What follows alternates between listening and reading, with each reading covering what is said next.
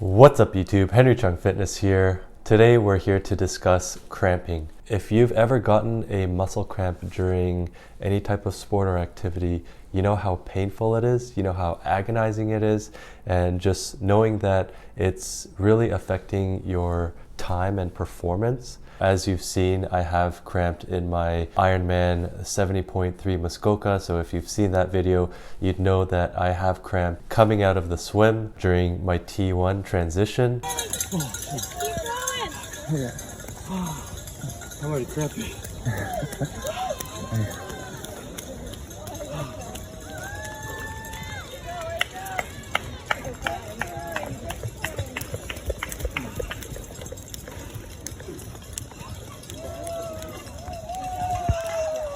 I probably was cramping for, I'd say, minutes. For minutes, I was in T1, going from the swim to the bike portion. So it was definitely a long transition. Same with cramping at my marathon. My goal was sub 4 hours for the marathon.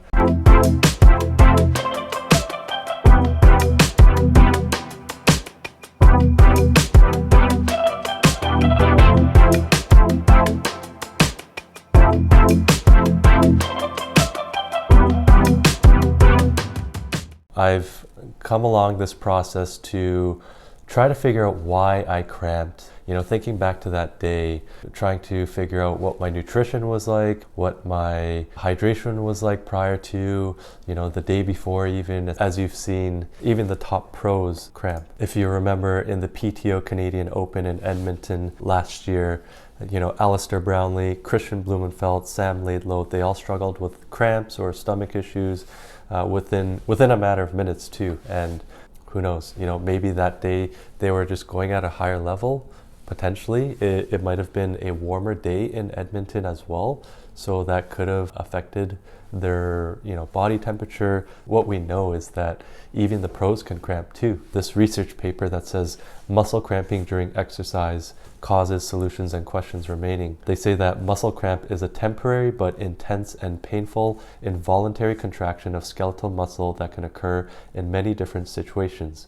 The causes of and cures for the cramps that occur during or soon after exercise remain uncertain, although there is evidence that some cases may be associated with disturbances of water and salt balance, while others appear to involve sustained abnormal spinal reflex activity secondary to fatigue of the affected muscles. Spontaneous muscle cramping in occupational settings involving hard physical effort suggests that high ambient temperature and large sweat losses accompanied by the ingestion of large volumes of plain water may be risk factors. When I think back to my Toronto Triathlon Festival, the TTF, which was an Olympic distance, the bike portion was shortened to 20 kilometers due to rain. However, I didn't cramp in that one, and I did have Korean ramen before the race, the morning before. High sodium content. Now, there's a study done in the Scandinavian Journal of Medicine and Science in Sports where they've done a study for effects of oral salt supplementation on physical performance during a half-Ironman, a randomized control trial. Get this, the results. Total race time was lower in the salt group than in the control group. The mean time taken to complete the half-Ironman triathlon was 333 plus or minus 40 minutes. For the participants that ingested the placebo capsules during the race, which is the control group. The group of triathletes that ingested salt capsules during the race completed it in significantly lower race time, 307 plus or minus 32 minutes. The participants in the salt group presented a higher speed in the cycling leg than the participants in the control group, and a tendency for a higher speed in the running leg. Thus, oral salt supplements might be an ergogenic aid for long-distance triathlon events. So I did a sweat test with TriTrain, locally based in Toronto. They're the authorized sweat tester in Toronto for precision hydration. And lo and behold, I am confirmed to be a very high salty sweater. So I lose about 1,535 milligrams of sodium per liter of sweat. I'm hoping that this will help me going forward with my training, going forward with my racing.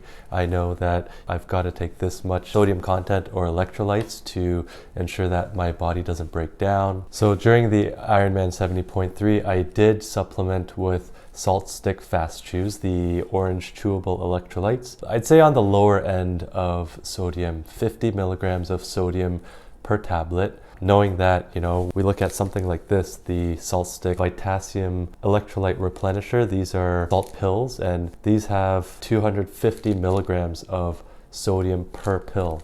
Now, this is 5 times the concentration of my former fast chews that I was testing out. So these will most likely be my go-to. I can ingest them and I don't have to worry about, my teeth hurting. What else do I have in my arsenal? I do have the Precision Hydration 1500. This has 750 milligrams of sodium. It has 125 milligrams of potassium, 24 milligrams calcium, and 12 milligrams magnesium, and it says which are electrolytes.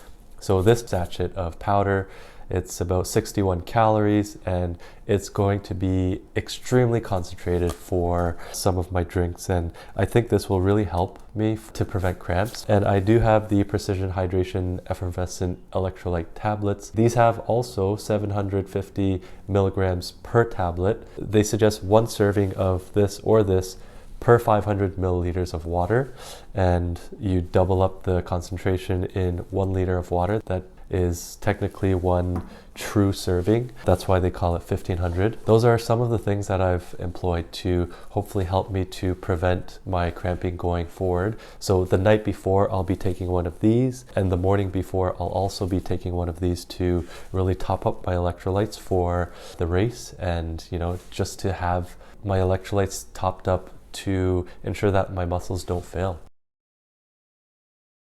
Now, anecdotal evidence suggests that ingesting small volumes of pickle juice relieves muscle cramps within 35 seconds of ingestion. Cramp duration was about 49 seconds shorter after pickle juice ingestion than water. So in conclusion, pickle juice and not deionized water inhibits electrically induced muscle cramps in hypohydrated humans.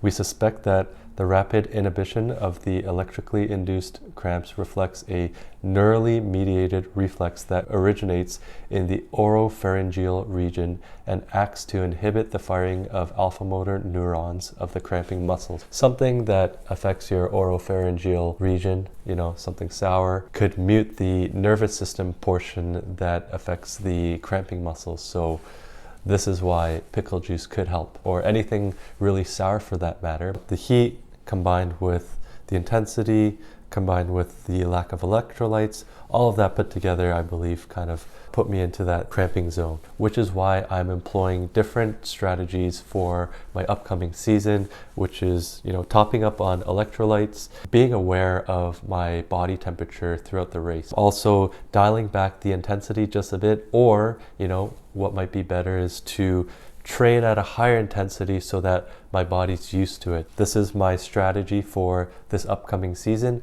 We'll see how it plays out. I might even include a mini vial of pickle juice as well. Let me know your thoughts if you've ever cramped during a race, whether it's a triathlon, half marathon, marathon, or any race. What are the conditions? What are the environmental conditions? Is it a hot day? Are you exerting yourself at a greater intensity than you're used to? Or have you been supplementing with electrolytes? Until next time, please like, comment, subscribe. Have a good one. How do you feel? I am so glad it's over, and I never want to do it again. Crap.